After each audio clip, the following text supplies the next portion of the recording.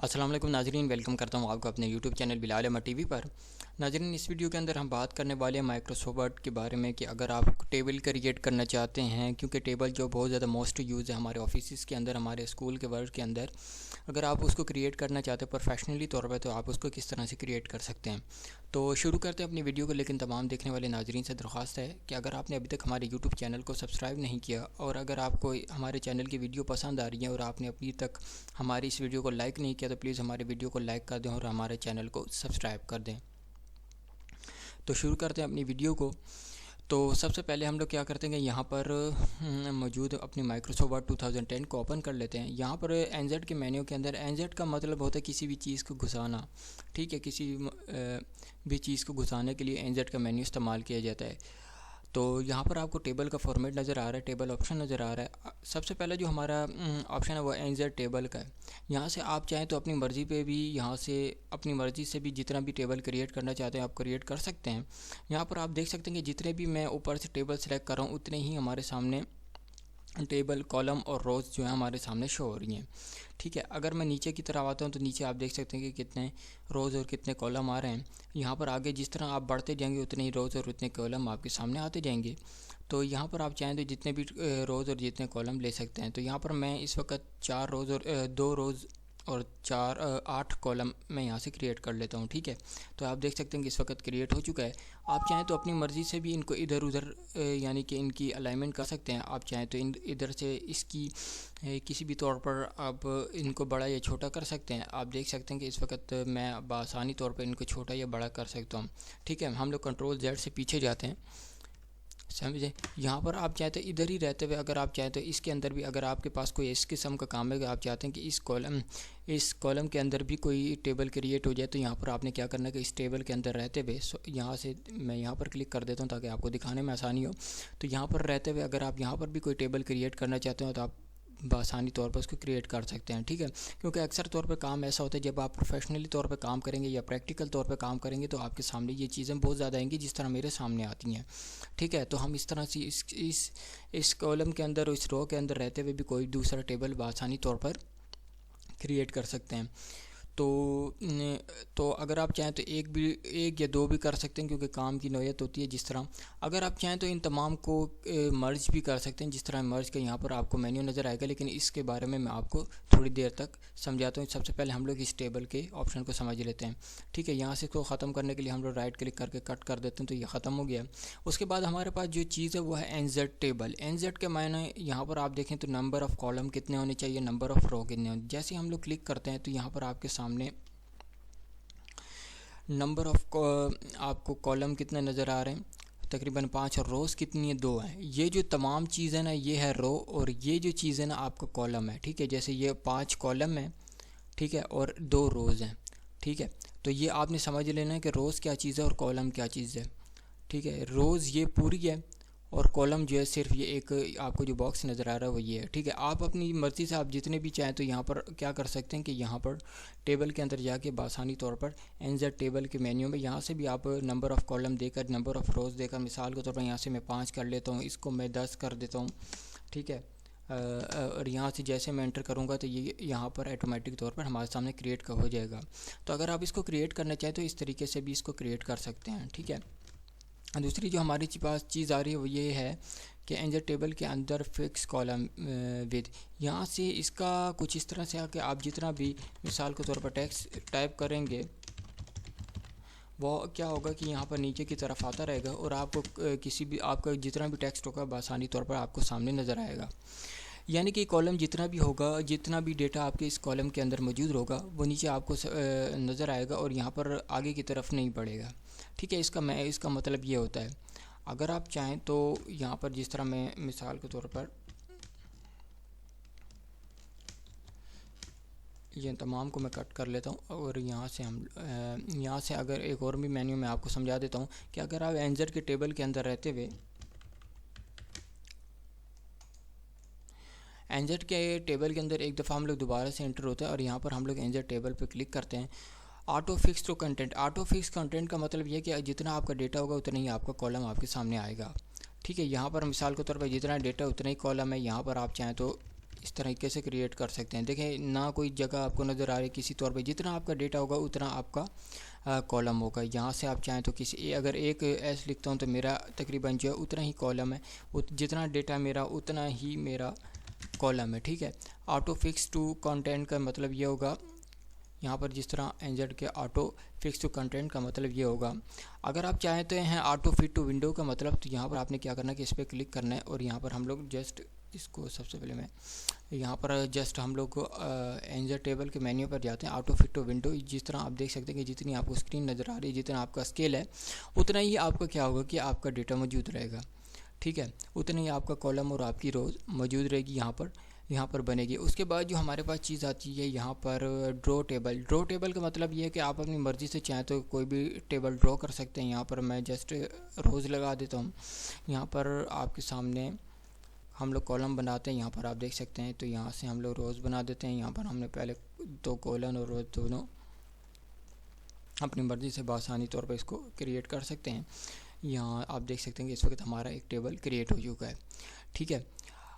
आप किसी भी आप चाहें तो मिसाल के तौर पर यहाँ से दोबारा से मैं कंट्रोल जेड कर देता हूँ इसको, और यहाँ पर आप देखेंगे कि एक और मेन्यू हमारे पास मौजूद है एक्सेल स्प्रेडशीट का। एक्सेल स्प्रेडशीट क्या काम करती है कि यहाँ पर आप चाहें तो अपनी मर्ज़ी से एक एक्सेल स्प्रेडशीट भी टाइप कर सकते हैं। जिस तरह मिसाल के तौर पर यहाँ पर आप देख रहे हैं कि एक मैंने एक्सेल स्प्रेडशीट यहाँ पर क्रिएट कर दी है। एक्सेल आमतौर पर जो चीज़ इस्तेमाल की जाती है एक्सेल के अंदर, जो सबसे ज़्यादा मोस्ट यूज चीज़ है वो ये है कि आपके फार्मूलाज हैं, ठीक है। मिसाल के तौर पर यहाँ पर हम लोग कोई भी कंटेंट टाइप करते हैं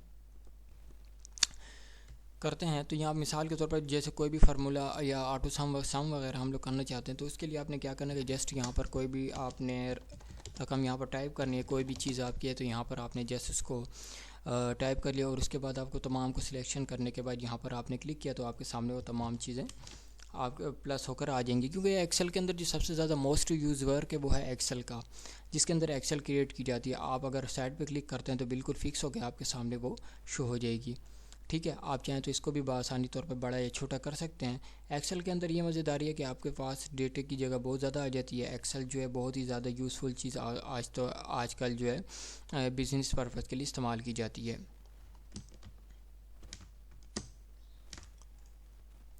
तो बढ़ते हैं आगे की तरफ। यहाँ पर हम लोग क्या करते हैं कि यहाँ से दूसरा ही मैं एक एनजेड टेबल के अंदर जाकर यहाँ से थोड़े से रोज़ और कुछ कॉलम यहाँ पर मैं क्रिएट कर लेता हूँ। 3 रो ले लिए मैंने, तकरीबन जो है वो 12 के करीब कॉलम मैंने ले लिए हैं। अगर आप चाहें तो इन कॉलम के अंदर विड्थ और हाइट भी बढ़ा सकते हैं। यहाँ पर कॉर्नर पर मौजूद रहते हुए आपने यहाँ पर क्लिक करना है तो आप देखेंगे कि इनकी विड्थ जो है आपके सामने विड्थ जो है यहाँ पर आपके सामने बढ़ चुकी है, ठीक है। आप चाहें तो इनको यहाँ से बड़ा या छोटा भी कर सकते हैं, ठीक है। आप चाहें तो यहाँ पर 2 सेल्स को सिलेक्शन करने के बाद यहाँ पर आकर मर्ज भी कर सकते हैं। जिस तरह यहाँ देख सकते हैं कि इस वक्त मर्ज हो चुका है। आप चाहें तो इस शीट पर रह के 1 मिनट में ज़रा थोड़ा सा आपको समझाना चाहता हूँ। अगर आपसे किसी भी किस्म की थोड़ी सी कोई गलती हो जाती है, आप चाहते हैं कि इसके ऊपर वाली जगह पे कोई कॉलम और एक रो आपके सामने क्रिएट होकर आ जाए, तो आपने इन तमाम ऑप्शन को समझना है। उसके लिए जो आपको एनजेड अबव का ऑप्शन नज़र आ रहा है, जैसे मैंने इस पर क्लिक किया आप देख सकते हैं एक के ऊपर एक और हमारे सामने रोज़ और कॉलम हमारे सामने बनकर आ गया। अगर आप चाहें तो यहाँ पर मौजूद यहाँ पर क्लिक करते हुए आपने क्या करना है, एनजेड बिलो पर क्लिक करना है तो यहाँ पर आपके सामने नीचे क्रिएट होकर आ जाएगी।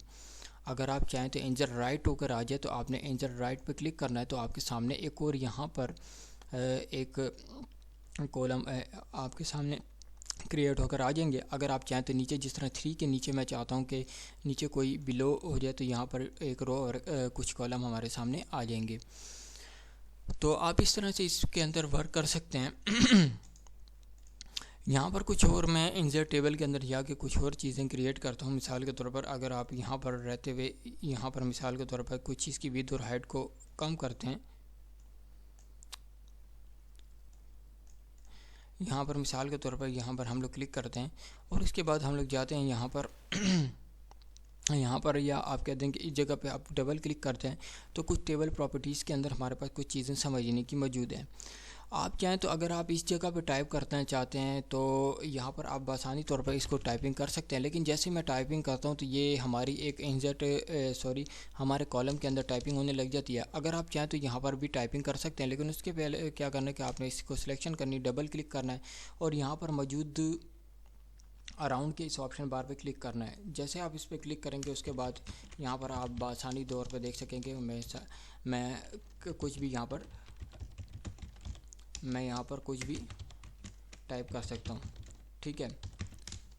तो आप इस तरीके से इस पे काम कर सकते हैं। तो यहाँ पर और भी बहुत से ऑप्शन मौजूद हैं। यहाँ पर हम लोग दोबारा से डबल क्लिक करते हैं। इस चीज़ का आपने ख्याल रखने के, जैसे आप यहाँ पर क्लिक करेंगे यहाँ आपको एरो बना हुआ नज़र आएगा, आपने डबल क्लिक करना है। यहाँ पर सेंटर, अगर आप चाहें तो सेंटर पे भी कर सकते हैं, और अगर आप चाहें तो यहाँ पर इसके इधर भी टाइप कर सकते हैं, और अगर आप चाहें तो यहाँ देख सकते हैं कि आप आसानी तौर पर हम लोग इसके, क्योंकि डेटा बहुत ज़्यादा हो गया था इस वजह से यहाँ पर भी आप टाइप कर सकते हैं। और इसके मेन्यू को थोड़ा सा हम लोग दोबारा से समझ लेते हैं कि कुछ जो चीज़ें जहाँ तक ये आ सकता है डेटा आपका, आप वहाँ तक इसको टाइप कर सकते हैं। तो यहाँ पर भी आप इसी तरीके से ही टाइपिंग कर सकेंगे। जिस तरह यहाँ पर आप देख रहे हैं कि यहाँ पर आपके सामने सेंटर के अंदर मौजूद है, आपका डेटा सेंटर में रहेगा। अगर आप राइट पे क्लिक करते हैं तो राइट पे भी आप आसानी तौर पर इसको कर सकते हैं और टाइपिंग कर सकते हैं। जब भी आपने कॉलम क्रिएट करना है, जब भी कोई भी रो और कॉलम टाइप करना है आपने, या कोई भी क्रिएट करना है, तो उसके बाद आपने क्या करना है कि उस तमाम डेटे को आपने सेंट्रलाइज ज़रूर करना है, क्योंकि सेंटर के अंदर ही रहता है, ठीक है। यहाँ पर कुछ और चीज़ें भी मौजूद हैं। जिस तरह यहाँ पर आपके सामने कुछ बने बनाए यहाँ पर टेम्पलेट्स मौजूद हैं, आप चाहें तो उनको भी क्रिएट कर सकते हैं और उनके अंदर टाइपिंग कर सकते हैं आसानी तौर पर, सही है। लेकिन कोशिश करें कि आपने ब्लैक ही लाइन का इस्तेमाल करना, जो आपको मैंने पहले बताया। आपने ज़्यादातर इसी तरह का ही इस्तेमाल किया जाता है अपने डेटे के अंदर। एज़ पर रिक्वायरमेंट होता है कि आपको किस चीज़ की रिक्वायरमेंट मौजूद है और आपका काम किस हवाले से है। तो यहाँ पर एक और कुछ चीज़ जो मैं आपको बताना चाहता हूँ कि अगर आप इस रो के इन कॉलम के अंदर इजाफा करना चाहते हैं तो आपने क्या करना है कि टैब के मेन्यू का इस्तेमाल करते हुए आप चाहें तो आसानी तौर पर इसको आसानी रोज़ और कॉलम के अंदर इजाफा कर सकते हैं।